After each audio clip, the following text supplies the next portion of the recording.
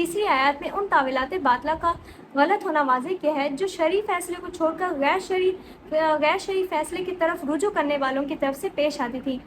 جس کا خلاصہ یہ تھا کہ ہم نے نبی پاک صلی اللہ علیہ وسلم کو ناحق سمجھ کر نہیں چھوڑا اور دوسروں کو ان کے مقابلے میں حق سمجھ کر اختیار نہیں کیا، بلکہ مصلحت کی بنا پر ایسا کیا ہے۔ اور وہ مصلحت کیا تھی کہ آپ کے پاس تو قانونی فیصلہ ہوتا ہے، یعنی مصالحت اور رواداری کا تو سوال پیدا نہیں ہوتا، اس لیے ہم یہ مقدمہ دوسری جگہ لے کر گئے تاکہ ان دونوں فریقین کے درمیان کوئی نہ کوئی بھلائی کی صورت نکل آئے اور ان کے درمیان مصالحت کرا دی جائے۔ یہ تعویلیں ان لوگوں نے اس وقت پیش کی جب ان کا نفاق، ان کی خباثت کھل کر سامنے آ گئی، جب حضرت عمر رضی اللہ تعالیٰ، ان کا آدمی حضرت عمر رضی اللہ تعالیٰ عنہ کے ہاتھوں مارا گیا، یعنی ان کے اعمال بد کے سبب سے ان پر جو مصیبت پڑی، تو اس وجہ سے وہ ایسی جھوٹی تعویلیں پیش کرنے لگے۔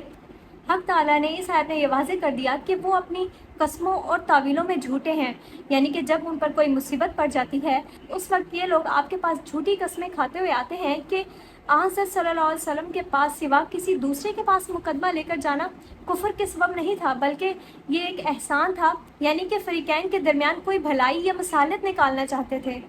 چوتھی آیت میں اس کا جواب آیا کہ ان کے دلوں میں کفر اور نفاق ہے، جس سے اللہ تعالیٰ خوب واقف اور خبردار ہے، ان کی تعویلیں غلط اور قسمیں جھوٹی ہیں، تو آپ ان کے عذر کو قبول نہ فرمائیں اور حضرت عمر رضی اللہ تعالیٰ عنہ کے خلاف دعویٰ کرنے والوں کا دعویٰ رد فرما دیں، کیونکہ اس منافق کا کفر اب کھل کر سامنے آ چکا۔ اس کے بعد فرمایا کہ ان منافقین کو آپ صلی اللہ علیہ وسلم خیر خواہانہ نصیحت فرما دیں جو ان کے دلوں پر اثر انداز ہو، اور آخرت کا خوف دلا کر مخلصانہ اسلام کی طرف دعوت دیں، یا پھر دنیاوی سزا کا ذکر کر کے ان کو یہ بتائیں کہ اگر وہ نفاق سے باز نہ آئے تو کسی وقت ان کا نفاق کھل جائے گا اور ان کا بھی وہی حال ہوگا جو کہ بشر منافق کا ہوا تھا۔ پانچویں آیت میں اول تو یہ عام ضابطہ بتایا کہ ہم نے جو رسول بھیجا وہ اس لیے بھیجا کہ سب لوگ حکم خداوندی کے موافق رسول پاک صلی اللہ علیہ وسلم کے حکم کی اطاعت کریں،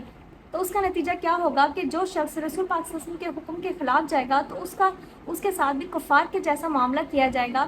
تو اسی طرح حضرت عمر رضی اللہ تعالیٰ نے جو کیا وہ بالکل ٹھیک کیا۔ تو اس کے بعد کیا فرمایا کہ اگر یہ لوگ جھوٹی قسمیں نہ کھاتے، یہ جھوٹی تعویلیں نہ بناتے اور اللہ تعالیٰ سے اپنے عمل کی معافی مانگتے اور رسول پاک صلی اللہ علیہ وسلم سے بھی اپنی مغفرت کی دعا کرواتے اور رسول پاک صلی اللہ علیہ وسلم ان کے لیے دعا کرتے، ان کی بخشش کی دعا کرتے، تو ان کی یہ دعا ضرور قبول کی جاتی اور ان کو بخش دیا جاتا، مگر انہوں نے ایسا نہیں کیا۔ اس جگہ قبول توبہ کے لیے حضرت پاک صلی اللہ علیہ وسلم کی خدمت میں حاضری اور ان سے دعائے مغفرت کہنے کے لیے اس لیے کہا گیا کہ انہوں نے نبی پاک صلی اللہ علیہ وسلم کے منصب نبوت پر حملہ کیا اور ان کے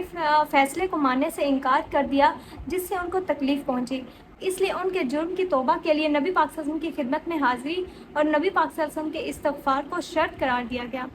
تو یہ تھا وہ ان آیات کا پورا واقعہ جس وجہ سے یہ آیت نازل کی گئی تھی۔ وَمَا عَلَيْنَا إِلَّا الْبَلَاغُ الْمُبِينُ۔